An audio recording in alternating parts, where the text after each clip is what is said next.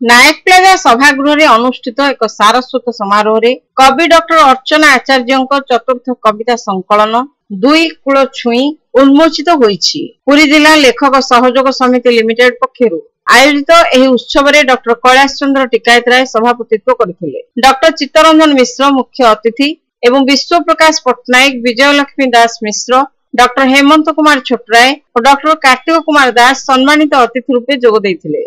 अतिथि माने कविता संकलन को उन्मोचित करी केवल कविटीए दुख कमाई पारे बोली सेमानक वक्तव्य रे मत व्यक्त करथिले। मुख्य वक्ता रूपे जोग देई डॉक्टर प्रमोद कुमार दलई सांप्रतिक कवितार गति और प्रकृति संपर्क में आलोचना करथिले।